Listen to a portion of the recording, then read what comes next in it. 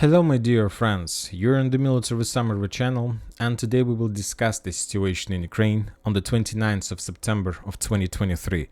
Today we have a lot of very interesting updates, so let's start. And first we're going to start with Kupyansk direction. Today we have a lot of very interesting updates, and the most important that the Russian sources managed to geolocate every single bridge that was destroyed in this area. Not just geolocate, they have provided us also a lot of videos about that, and the videos are very interesting. And the Russians, to destroy the Ukrainian bridge, were using different types of weapon. They were using missiles, X-38, the Russians were using like FAB bombs and so on. And currently we understand and we know that the Russians managed to collapse the entire supply and support and logistic of the Ukrainians in this area. We understand that it's almost a cauldron for the Ukrainians in the vicinity of Sinkovka, Petropavlovka, Berestova. We know and we expect when the Russians are going to launch their offensive operation, real offensive operation with storm squads.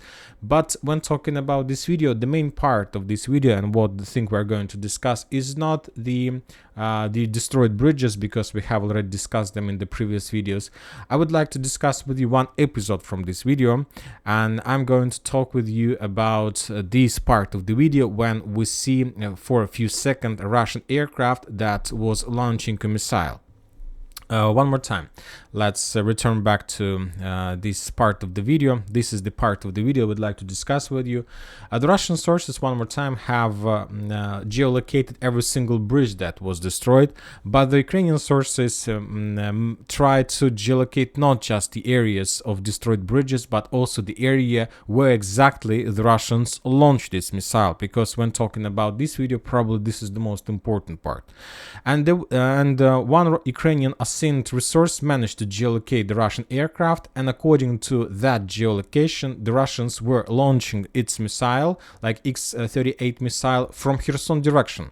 So this is the geolocation, this is like the aircraft, and they managed to find some well-known positions on the ground, and they managed to geolocate. So basically the Russians shown us not just destroyed bridges, but also they shown us their possibilities and their capabilities.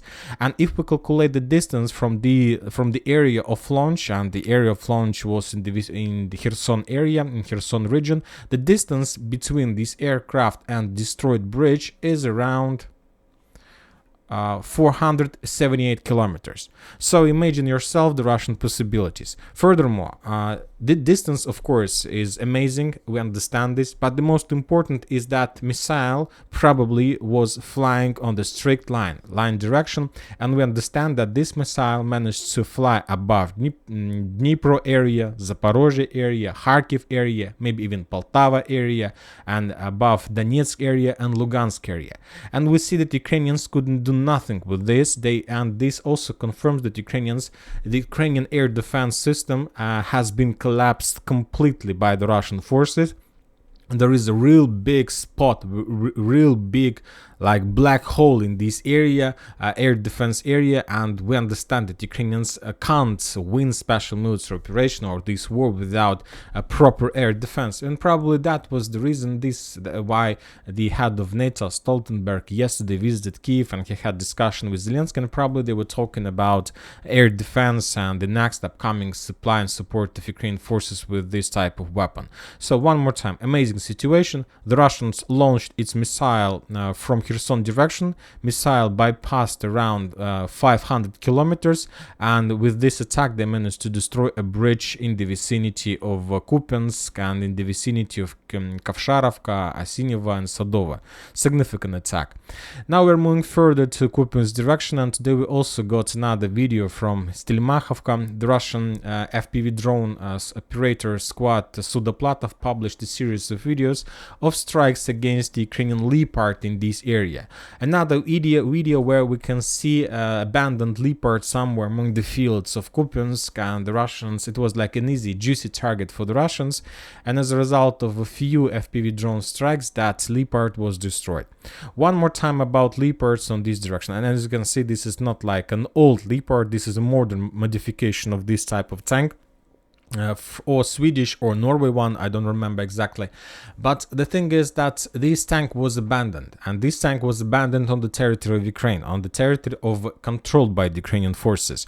And this is another evidence that confirms that Ukrainians, when they receive Western weapon, at least on Kupyansk and Liman direction, they try to abandon this type of weapon, because they understand that these targets, these types of weapon, is the juicy targets and the best targets for the Russians, and nobody can survive for a long time if you are operator of this type of weapon. Now we are moving to Bakhmut Artyomovsk direction. Today we got also a lot of details from this area. The Russians made a lot of strikes, missile strikes against Konstantinovka. As a result of those strikes, the Russians managed to destroy the concentration of Ukrainian forces in the city, and there were like 2 explosions and probably another ammo depot.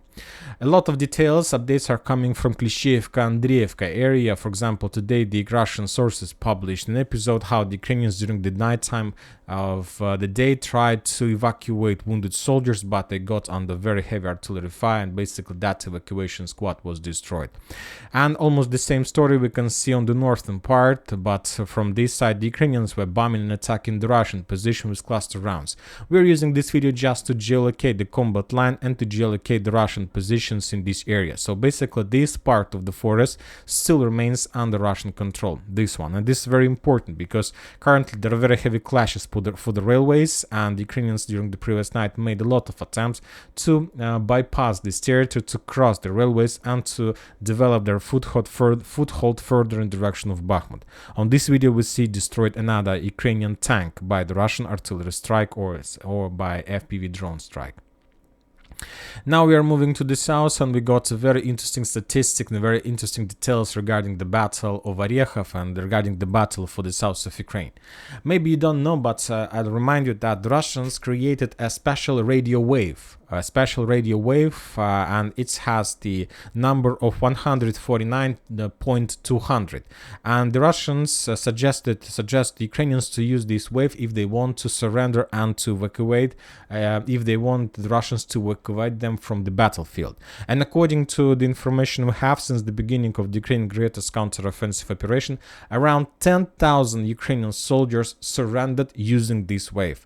And the Russians continue to develop the situation. The Russians see that Ukrainians don't want to fight. No, maybe they want to fight, for the Ukraine, but the conditions that these soldiers are fighting in is very poor. I'll